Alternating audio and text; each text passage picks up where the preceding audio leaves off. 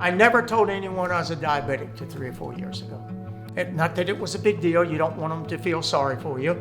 So I never brought it. You know, if they asked or got into it, I would talk to them. But up till 3 or 4 years ago, when we got involved with Halifax Health and that type thing and started that diabetes center, I now tell everybody I'm a diabetic, okay? So it's kind of funny. I think most diabetics are like that. But the other observation that I've made over here is the majority of diabetics are overweight. If you think about that, I mean, time and time again, and my brain says, I can tell already, you're not taking care of yourself the way you should be.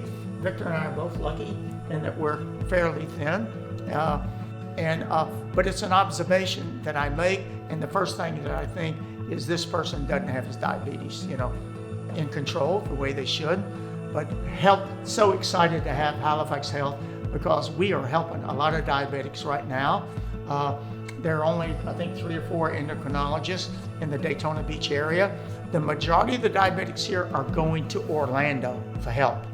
And every endocrinologist we have, in this area is not taking any new patients.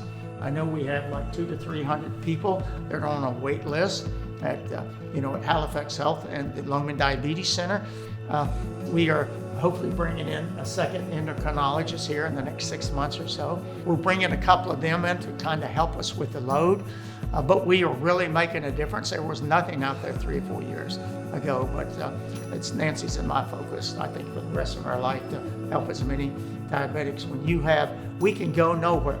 We go anywhere socially. People are knocking tables over to come over and say hi to us. It's amazing. Everybody comes over and says, I'm a diabetic. That's a good sign because in the last 3 to 4 years, we have some things that they didn't have before. So it's an exciting period.